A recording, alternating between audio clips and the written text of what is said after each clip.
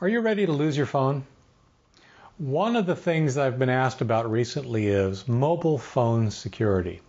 If you have a smartphone, a mobile phone of some sort, chances are there's a fair amount of information on it. Now, the first thing a lot of people are concerned about is hacking and malware and those kinds of things. Even just recently, there's been another vulnerability disclosed about how phones can be hacked in some interesting ways. You know what? That's probably not the biggest threat. The biggest threat is something way more subtle, yet way more mundane. And that's simply losing your phone or having it stolen from you. Physically, the phones are so wonderful in that they're small and they're mobile and you can take them with you wherever you want. The problem, of course, is that they're small and they're mobile and they fall out of pockets or get left behind on benches or who knows what else. What if that happens to you? Some stranger walks up, picks up your phone, they have your world in their hands. What can you do about that? If you have a smartphone, there are two things I want you to do, and possibly a third. So here's my phone. It's currently with Verizon Wireless as my mobile provider. This is a Samsung Galaxy Note 3. First thing you'll notice is that if you turn it on, and hopefully you'll be able to see this, what you should see is not a set of icons. What you'll see is instead a number pad. The first thing I want you to do right after watching this video is I want you to put a PIN lock on your phone. Mine's a simple 4-digit number. It's meaningful to me. It will prevent someone from just wildly picking up my phone and being able to do anything with it. There are other technologies. I know that you can use a swipe pattern.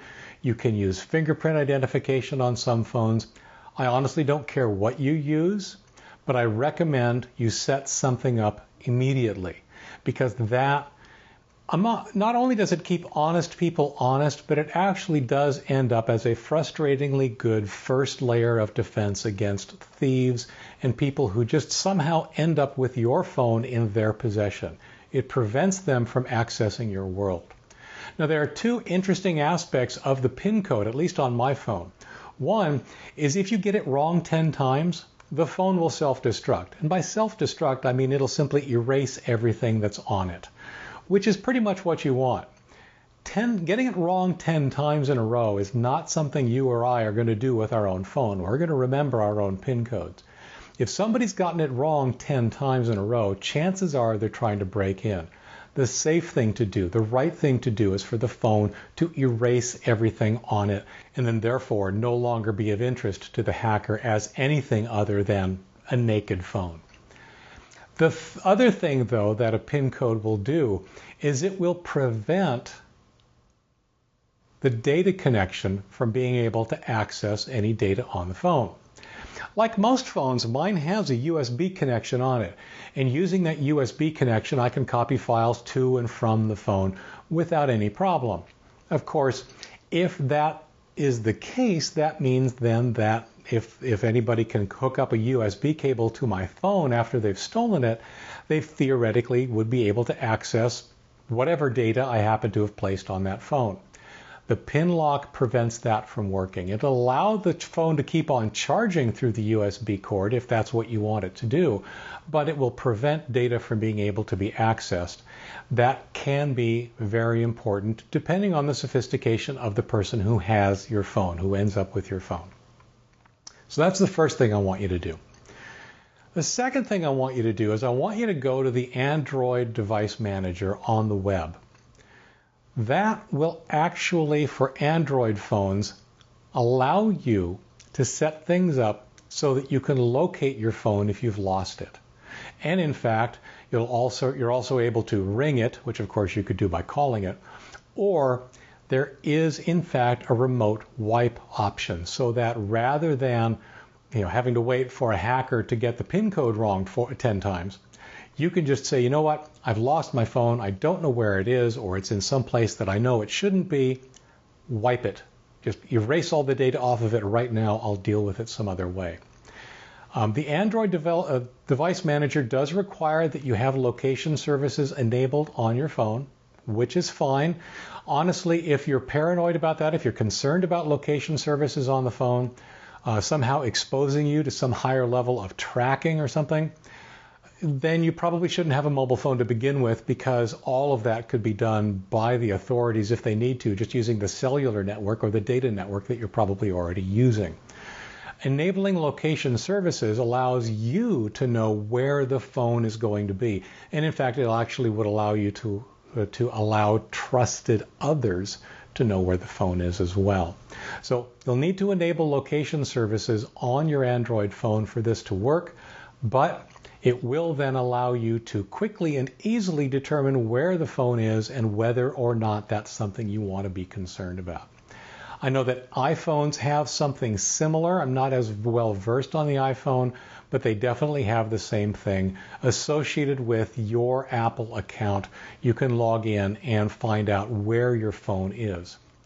One of the interesting things you can do if you've got an Android phone and you've got it associated with your Google account is you can just Google, "Where's my phone?" And one of the things that will result in the search results is, if all this is enabled, a map showing you where Google thinks your phone is.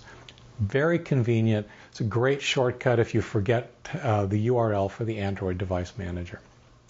Now, I talked about a third thing that I actually happen to have, but it may not be something that everybody needs. It may not be something that you all want to jump on, but it is something to consider. And that's third-party software that gives you an additional layer of tracking and control over your phone if you happen to have lost it. Now, I happen to use a service called Prey Project. And one of the things, it does much of what Android Device Manager allows you to do. Like the Android Device Manager, Prey will tell you where your device is, or at least its last known location. But you can do a few more interesting things with Prey, like send a message to the device, or sound an alarm on the device, or lock it completely. Or, like the Android Device Manager, you can wipe the device. Prey also happens to work with laptops. So I've got it set up for the laptop that I travel with all the time, again, in case I lose that as well. So it's something additional to consider. It's probably not something for everyone. It is not a free service. There is an annual charge. It's not terribly bad. But it is something to consider if you have multiple devices, or if you do a lot of traveling, or if you want an additional layer of control above and beyond what things like the Android Device Manager or the Apple equivalent have. But bottom line is that there is so much that we use our devices for these days. There's so much information that's either on the device or easily accessible through the device that it pays to have some level of security on the device. At a minimum, add a PIN code. Do it now. And then go visit the Android Device Manager and have a look and see what you need to do to set up that opportunity to recover your device and potentially even nuke it if recovery is not going to be an option. Let me know what you think. Here's the URL for this article. If you're watching it anywhere but on AskLeo.com, go here, go to the AskLeo.com site. Leave your comments. Let me know what kinds of things you're doing to keep the data on your mobile devices secure. Do you use a PIN code? Do you use something else? Have you used something other than Prey for tracking or keeping track of your mobile devices? Let me know what you do. But of course, above all things, set that PIN code. All right? Thanks again. Talk to you again next week. Bye-bye. Hey, if you're watching this anywhere but on AskLeo.com, head out there and leave a comment on the video. Do let me know what you think. AskLeo.com is where all the action is.